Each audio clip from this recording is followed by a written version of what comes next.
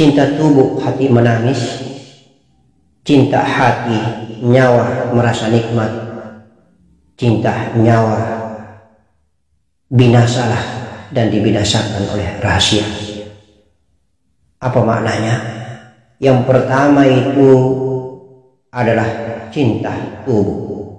Tatkala hamba Allah, tubuh, raga, jasmani yang ada di luar ini melaksanakan sholat, kemudian saking khusyuk dan cintanya kepada Allah yang maha menciptakannya, Allah yang berada di balik dirinya yang bernama jiwa, maka tubuhnya ini, raganya ini akan mengalami kematian, merasa kram ataupun beku ataupun kedinginan ataupun hawa-hawa rabani yang menyirami, membuat dia tidak lagi sadar dalam jasmaninya, atau biasa diistilah dalam ilmu tasawuf mengalami tahapan-tahapan kematian, mati tabi'i ke dia, mati ma'nawi ke dia, mati syuri ke dia, atau mati hisi ke dia.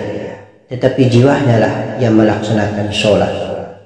Dan tatkala tubuh mencintai jiwa sampai dengan tubuh kasar ini sudah mati, tubuh halusnya yang hidup lalu yang menjalankan sholat, insya Allah tubuh halusnya ini telah bertemu dengan Allah yang berada di dalam negeri rasa, ditandai dengan rasa cinta atau ekspresi cinta, keluarlah titisan air mata cinta. Air mata yang keluar dari fisik kepala manusia inilah disebut dengan air mata cinta yang bertolak dari rasa cinta yang bersumber dari qalbi. Itu cinta pertama, makom pertama. Kemudian pada saat cinta yang kedua, itulah cinta daripada jiwa terhadap Nur Muhammad. Seorang yang mengalami cinta pertama, sebaiknya tubuh kasarnya dikala melaksanakan sholat, dia hanya menyimak saja, karena bukan lagi tubuh kasarnya yang sholat, tubuh kasarnya sudah mati, tetapi jiwanya yang sholat, jiwanya yang mulai bertakbir sampai dengan salam, jiwanya yang bertemu dengan Allah di negeri rasa atau di negeri Muhammad. Itulah tahapan pertama, tubuh mati, jiwa hidup. Sekarang kita bahas lagi tahapan cinta yang kedua.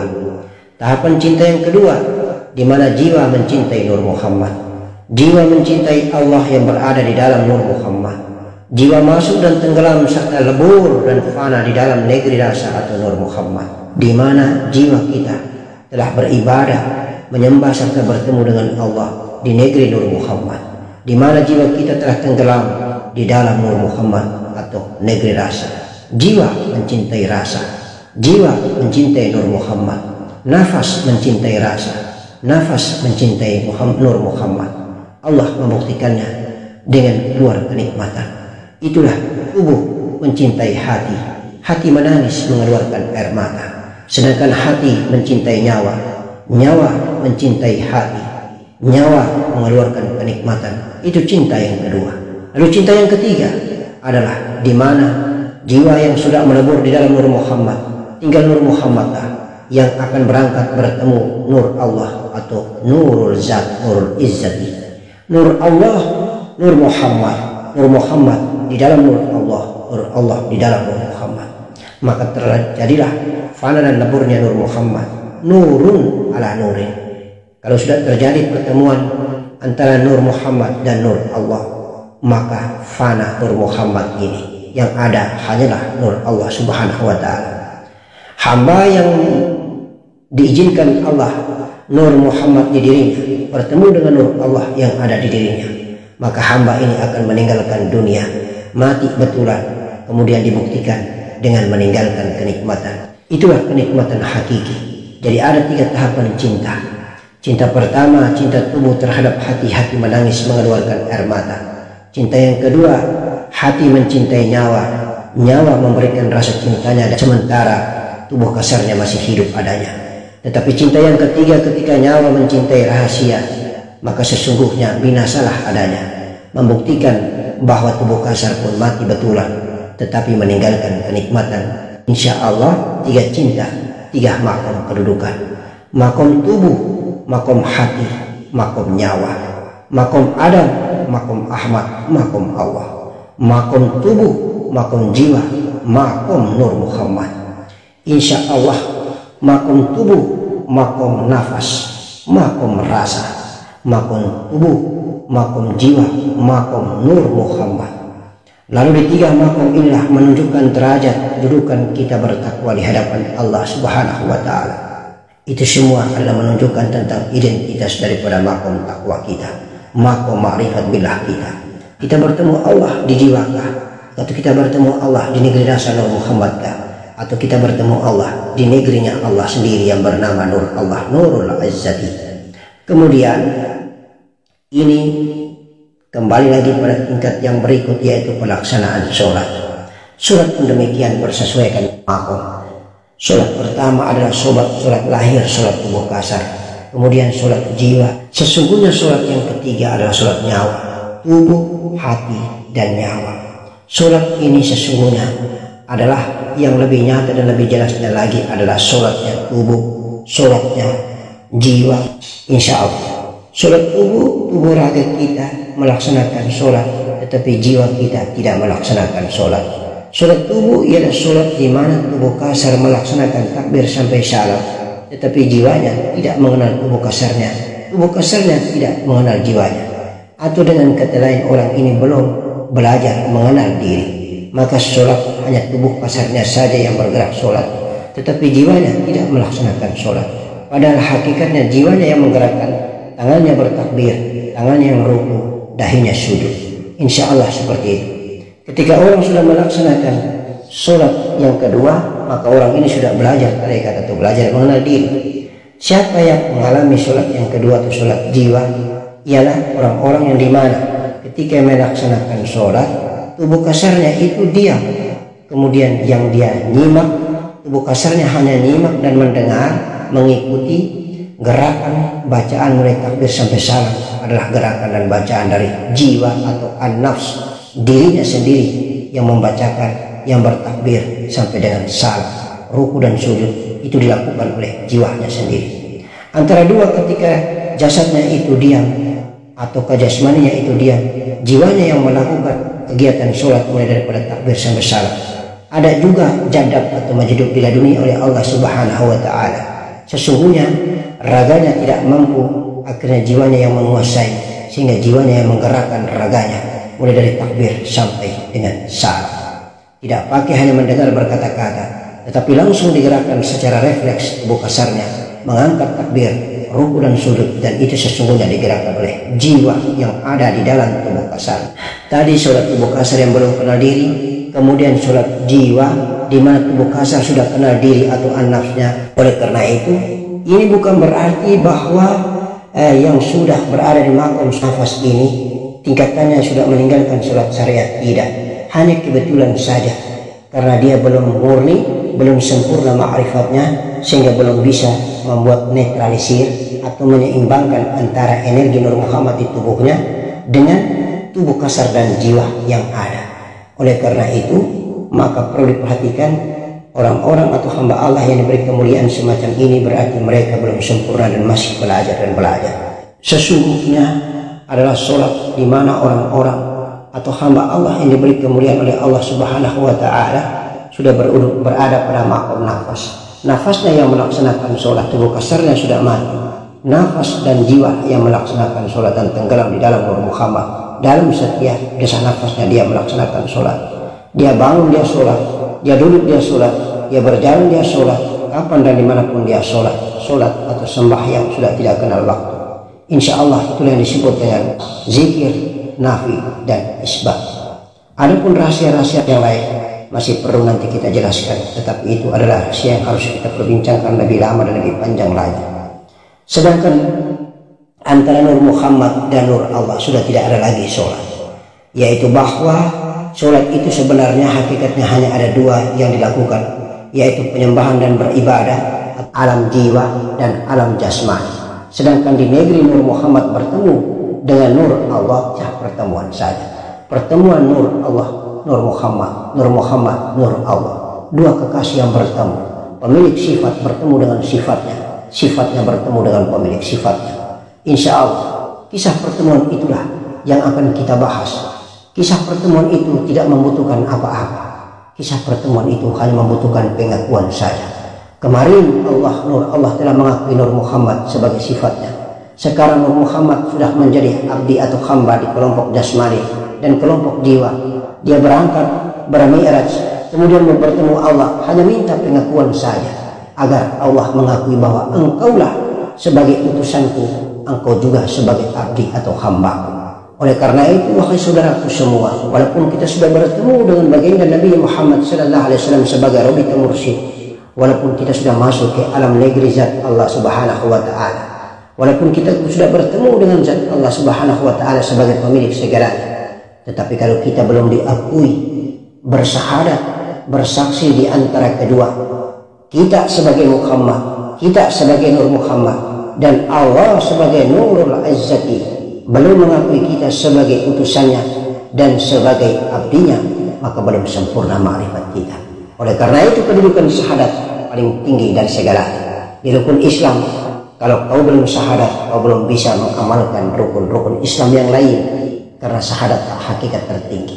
Syahadatlah terjadinya mi'raj, syahadatlah terjadinya pengakuan dan kesaksian. Oleh karena itu, Islam tergantung pada syahadat. Siapapun yang telah bersyahadat, Islam dia namanya. Oleh karena itu, hakikat daripada syahadat sangat dahsyat. Kita butuh pengakuan dari Allah. Allah juga kita ingin dengar pengakuan terhadap kita. Insya Allah kita telah mengaku asyhadu an la ilaha illallah, tiada Tuhan yang kusembah kecuali hanya Engkau ya Allah. Kita hanya butuh mendengar Allah mengatakan wa asyhadu anna Muhammadan abduhu wa rasuluh, dan aku telah bersaksi bahwa Engkau adalah Muhammad utusanku dan abdiku, Engkau adalah kekasihku. Kalau kita sudah mendapatkan pengakuan langsung dari Allah, maka sempurna kita. Asyhadu an la ilaha illallah wa asyhadu anna Muhammadar Rasulullah. Sempurna sudah Allah sebagai Tuhan dan kita sebagai Muhammad. Muhammad, Muhammad, Muhammad. Sesungguhnya hakikat jasad mulut ini mati. Suara itu yang gaib.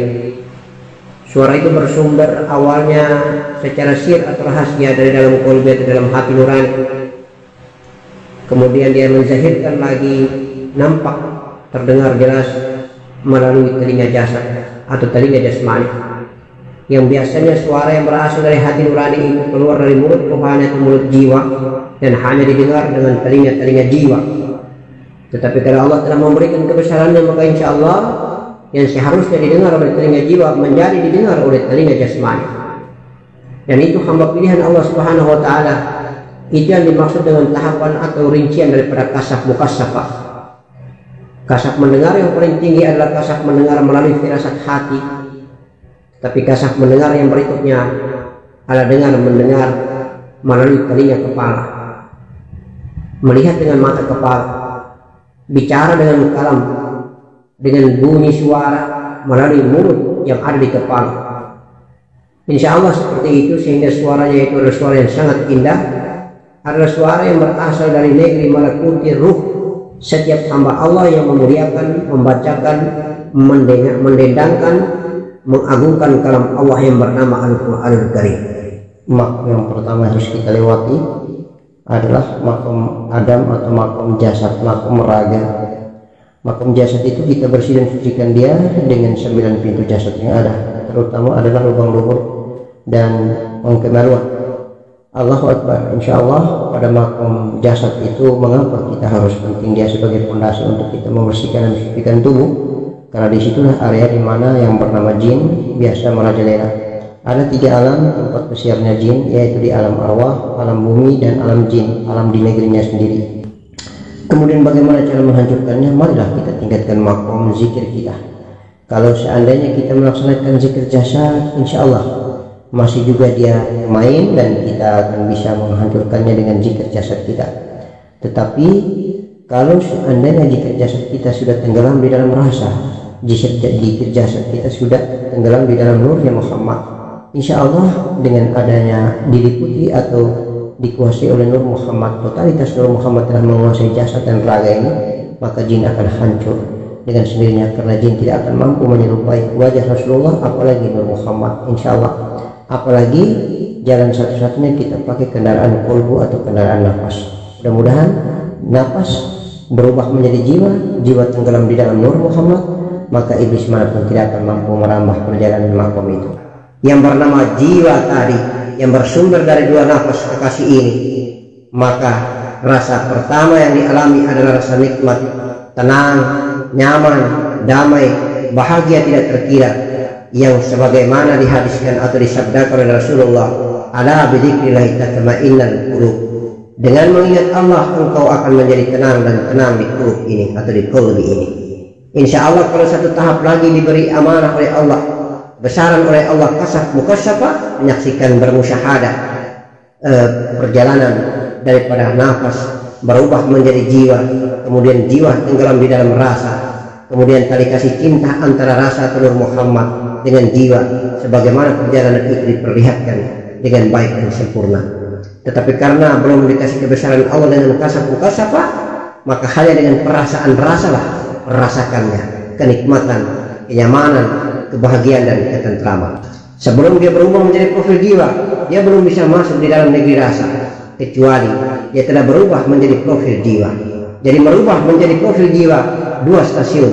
Stasiun pertama dia bisa merubah menjadi profil jiwa di kerongkongan, dan stasiun kedua dia bisa merubah profil jiwa di dinding atau pintu awal negeri Nur Muhammad. Adapun pengalaman di dalam perjalanan ibadah kepada Allah, menitiskan air mata tidak tertahankan karena melaksanakan istighfar, itulah merupakan barangkali tahapan-tahapan jiwa, tahapan-tahapan rohani, di mana jiwa tenggelam di dalam Nur Muhammad, di dalam negeri rahsia. Itulah cinta jiwa, cinta tubuh kepada hati.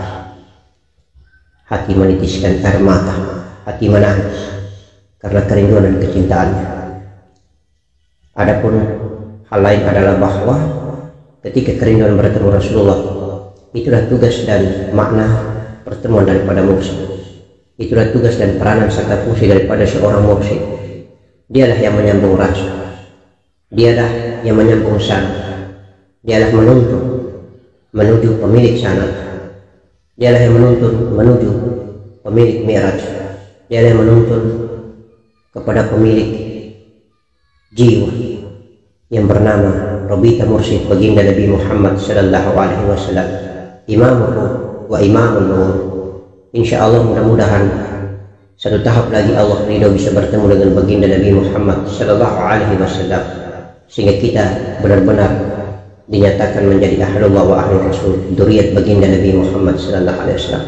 Dengan demikian maka kita akan cepat sekali bertemu Allah Subhanahu wa taala azza wa jalla, Zat yang Maha menciptakan kita. Mari kita duduk merenung dan merenung, selalu merenung, selalu bertafakkur.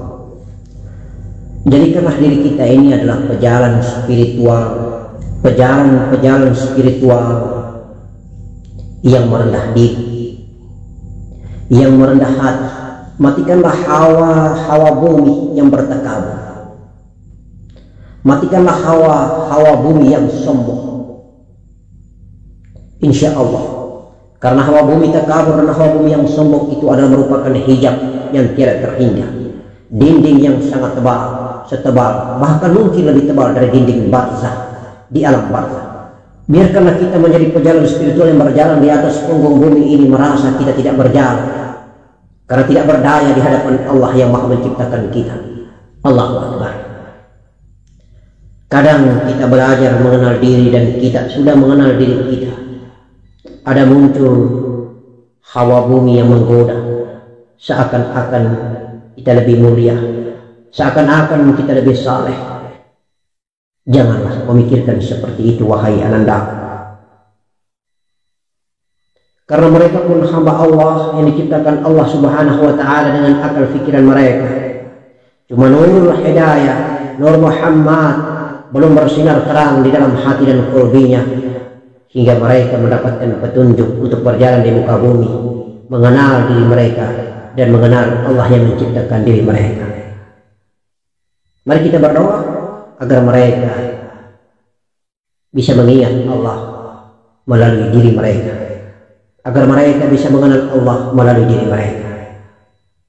Tetapi kalau kita belajar ilmu hakikat, ilmu mengenal diri ini, sesungguhnya kita hanya mengenal diri kita, dan kita hanya mengurusi diri kita dan Allah Subhanahu wa taala yang kita perhatikan, yang kita sembah dan kita sujudi, yang kita tuju, Allah dan diri kita. Tidak ada lagi diri-diri yang lain. Oleh karena itu akhlak di atas muka bumi ini pun mari kita tunjukkan.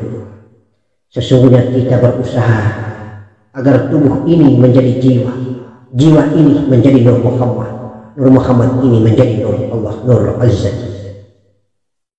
Oleh karena itu tubuh ini syaratnya harus menjadi tubuh Muhammad Sallallahu Alaihi Wasallam. Mari kita berakhlakul karimah. Itu adalah pesan daripada daripada baginda Nabi kita Muhammad Sallallahu Alaihi Wasallam. Tidak terbedakan di antara kita dan mereka. Semuanya itu adalah hawa-hawa bumi yang menguji kita, sehingga kadang kita merasa bahwa mereka memiliki ilmu yang rendah. Kasihanlah diri kita ini sendiri, karena kita tidak mengurusi diri kita, malah kita mengurusi diri selain diri kita. Summa na'udzubillahi wa na'udzubillahi min dzalik. Insyaallah yang harus perlu kita pertimbangkan dalam hidup ini adalah semakin kita berjalan jauh menuju Allah Subhanahu wa taala, meninggalkan bumi, kita semakin ringan seperti kapas lalu kita terbang. Tetapi di dalam proses penerbangan itu, insya Allah kita tidak digoda oleh cuaca. Mari kita terbang dengan ridhonya Allah dan kehendaknya Allah dengan mulus. Kemudian bagi pejalan spiritual yang belajar mengenal dirinya, an-nafs dirinya, riyadh hakikat ma'rifat billah, maka insya Allah apabila dihadiahkan Allah Subhanahu wa taala dengan bertalian rasa, bersambung rasa dengan mursyid Maulana Ba'yan, Nur Muhammad itu akan hidup, maka itulah lambang kekal. Apalagi Nur Muhammad telah meliputinya, apalagi Nur Muhammad adalah dirinya adalah Nur Muhammad. Insya Allah mudah-mudahan Nur Muhammad adalah tuntunan sejati dunia dan akhirat kita. Syukurlah jika kita diliputi Nur Muhammad, kita kenal Nur Muhammad, dan kita pernah tenggelam di dalamnya. Insya Allah. Amin. Kebesaran, kemuliaan, kenikmatan yang dikasih Allah, anugerah dikasih Allah, ketika kita merasakan dan kita membuktikan dengan kasaf mukasyafah, firasat hati, kasaf hati, ataupun kasaf mata di atas kepala ini, ataupun kasaf pendengaran, ataupun apapun juga ketika hijab ini diangkat oleh Allah Subhanahu wa taala, maka begitulah indah dan nikmatnya yang dikasih oleh Sang Yang Agung, penguasa jagat raya ini, yang tidak bisa kita balas, yang tidak bisa kita balas kebaikannya, kemuliaannya, yang tidak bisa kita balas jasa baik daripada yang maha baik Allah Subhanahu wa taala ini. Semuanya Allah hanya membuktikan kebesaran dan kekuasaannya, bahwa hakikat daripada syariat ini, hakikat daripada alam nyata ini adalah ghaib padanya. Alladzina yu'minuna bil ghaib wa yuqimuna as-salata wa mimma razaqnahum yunfiqun. Hakikat semua daripada yang ada kelihatan nyata ini adalah ghaib padanya. Oleh karena itu kita belajar mengenal hakikat daripada tubuh kasar yang nyata ini. Ternyata yang aslinya adalah tubuh halus yang ada di diri kita. Oleh karena itu kita belajar tentang hakikat dari segala ciptaan Allah, walaupun itu hanya berupa air. Kita mandi air bumi yang kita lihat dan nampak di mata kepala kita, tetapi sesungguhnya kita mandi air hakikat. Di mana air hakikat itu? Ghaib padanya. Dan itulah Allah memberikan kasaf mukasyaf. Kita boleh mandi di sumur dan telaga bumi, tetapi jiwa kita dimandikan oleh Allah Subhanahu wa taala, bahkan jasmani kita secara ghaib dimandikan di telaga rahmatan lil alamin, di telaga dan telaga yang indah, di al-malakuti nur wa al-malakuti ruh, di telaga-telaga yang cukup banyak yang Allah kasihi, yang sebenarnya Allah hadiahkan kepada mereka yang sudah meninggalkan dunia dan menempati jannah. Fa bi ayyi ala'i rabbikuma tukadziban. Nikmat mana lagi yang harus kita ingkari wahai anandaku? Nikmat mana lagi yang harus kita dustakan? Semoga kita jangan termasuk pejalan-pejalan spiritual yang serakah. Ketika diberi sedikit sensasi keghaiban oleh Allah Subhanahu wa taala dan kenikmatan itu kita larut dan kita minta lagi dan minta lagi. Akhirnya itu hanya menjadi ujian ketika kita berjalan. Bukan lagi Allah yang menciptakan segalanya yang menjadi tempat tujuan kita bermaksud, tetapi justru sensasi itulah yang akan kita kejar. Akhirnya kita lupa menjadi hamba yang bersyukur atas nikmatnya. Tetapi kita lalai dan mempertuhankan keindahan ciptaannya. Mari kita hati-hati sambil kita bersabar, sambil kita mensyukuri nikmat yang diberikan Allah. Tetapi akidah tauhid kita, akidah yakin batin kita, akidah yakin jiwa kita adalah nur Muhammad di dalam nur Allah di dalam nur Muhammad. Akidah yakin hati kita, akidah yakin batin kita adalah zat Allah Subhanahu wa Ta'ala yang segala. Dialah tempat di mana kita harus bertemu lalu kita tiada. Dialah yang ada, dialah zatullah. Sekiranya hamba Allah yang hina datang kepadanya Allah yang maha agung ini dalam keadaan bodoh dan papa, dalam keadaan membulatkan dan mengkosongkan segalanya, dalam keadaan mematikan segala keakuan dirinya, insya Allah dia akan bertemu dengan hakikat diri yang sejati ini. Dan sebelum dia bertemu, dia akan melewati hadiah pemandangan-pemandangan ghaibiyah dari Allah Subhanahu wa Ta'ala sebagai lambang kasih sayang dari seorang kekasih kepada kekasihnya. Itulah cinta, itulah hakikat, itulah nikmatullah, itulah cinta jiwa, cinta tubuh kepada hati. Hati menitiskan air mata, hati menangis karena kerinduan dan kecintaannya. Itulah tugas dan peranan serta fungsi daripada seorang mursyid. Dialah yang menyambung rasa, dialah yang menyambung sanad, dialah menuntun menuju pemilik sanad, dialah yang menuntun menuju pemilik mi'raj, dialah yang menuntun kepada pemilik jiwa yang bernama Rabita Mursyid baginda Nabi Muhammad sallallahu alaihi wasallam, Imamul Ruh wa Imamul Nur. Insya Allah mudah-mudahan satu tahap lagi Allah ridho bisa bertemu dengan baginda Nabi Muhammad sallallahu alaihi wasallam, sehingga kita benar-benar dinyatakan menjadi ahlullah wa ahlul rasul, dzurriyyat baginda Nabi Muhammad sallallahu alaihi wasallam. Dengan demikian maka kita akan cepat sekali bertemu Allah Subhanahu wa Ta'ala azza wa jalla, zat yang maha menciptakan kita. Ilahi anta maksud wa ridhoka matlub, a'tini mahabbah wa ma'arifah.